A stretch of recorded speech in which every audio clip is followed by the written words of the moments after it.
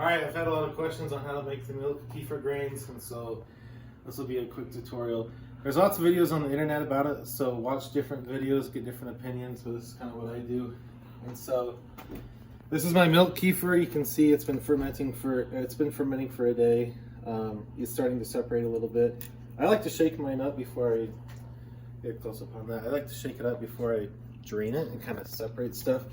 If you let it sit too long, you'll get a lot of whey.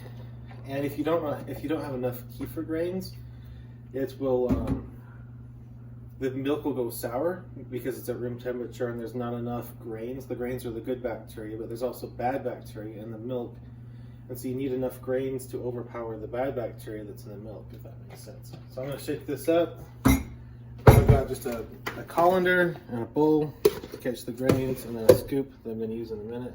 I already washed my hands. You want to wash your hands before you do it. So obviously there can be germs on your hands. You don't want to introduce bad germs into the milk kefir grains. And you just pour it into the colander.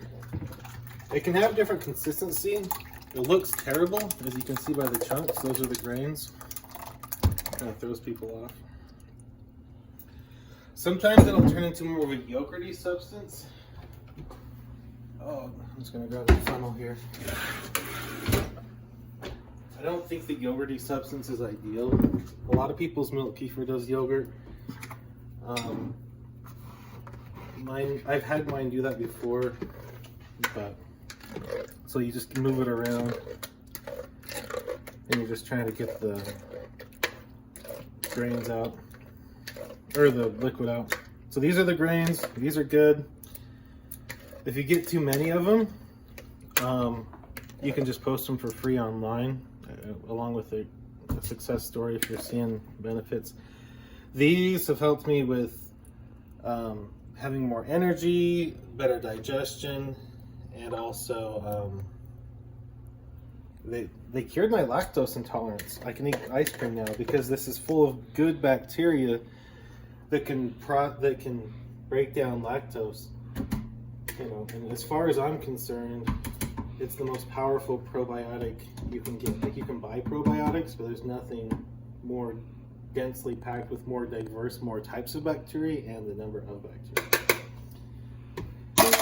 So now you've got, so this is the stuff, this is what you eat, that's what you save.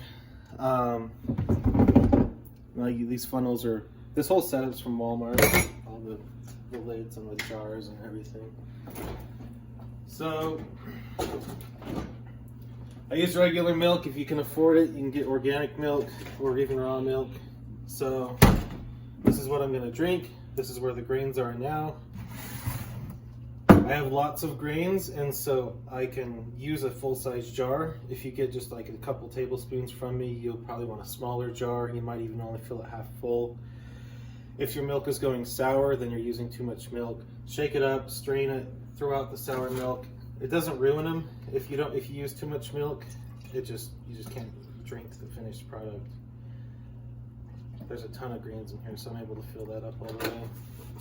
They say too much movement is hard on the grains, but I like to shake it up a little bit and spread that good bacteria throughout the healthy milk.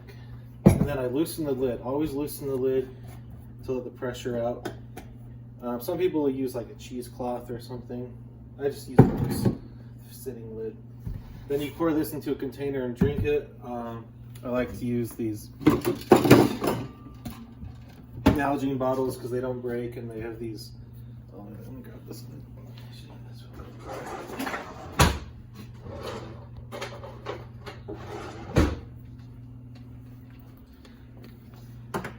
So just dump in a big Nalgene bottle. Sometimes you can, some people will mix fruits and vegetables in this. I've found that the fruits and vegetables don't play nice with the milk kefir. They're two different things. You're better off blending your fruits and vegetables and eating them separate, in my opinion. I feel like dairy products and fruits and vegetables don't mix well. You can put whey protein isolate in there, let that sit for a minute, some stuff like that. And then you got the pop top with the safety lock so you don't spill it. You can, if you're not going to use your grains for a while, put this in the fridge But in my experience, the temperature that the fridge is at, so say like I leave this in the fridge for a week after changing it, the temperature in the fridge is not ideal for growth. It will slow down the growth. If you're going on vacation, it's fine to put this in the fridge, but when you get back, the product that you have after sitting for a week in the fridge is probably not going to be usable. You're probably going to dump out the milk and change it out, put in fresh milk. But about room temperature seems to be the ideal temperature to grow your kefir at. And so if you go on vacation, that's fine. Put it in the fridge. It won't kill them. Put a fresh batch of milk in there, because you need fresh milk for the grains to grow. And so yeah, if you get lazy and you're like, I'm not doing the kefir thing for a while. Another tip, I've been doing a little bit of intermittent fasting, and I do this at the end of the fast. I think it works. The health benefits are more pronounced if you drink it on an empty stomach. Some people experiment with times of day they drink it. Some people like it before bed, midday. Just do what works best for you.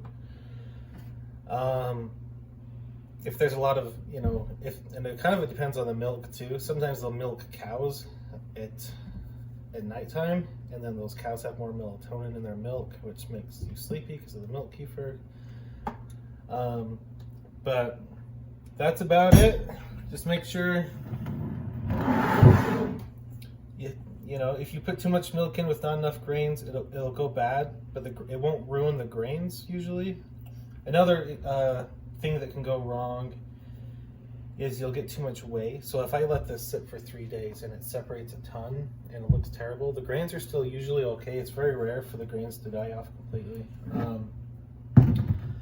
But I'll put the milk kefir, I'll put the grains in the colander and spray it with cold water, or you can use milk to get all the extra whey. You'll see the difference. There's like whey that will build up in the grains if you don't change it often enough. Spraying them with cold water is really hard on the grains. See, it's not something you want to do very often.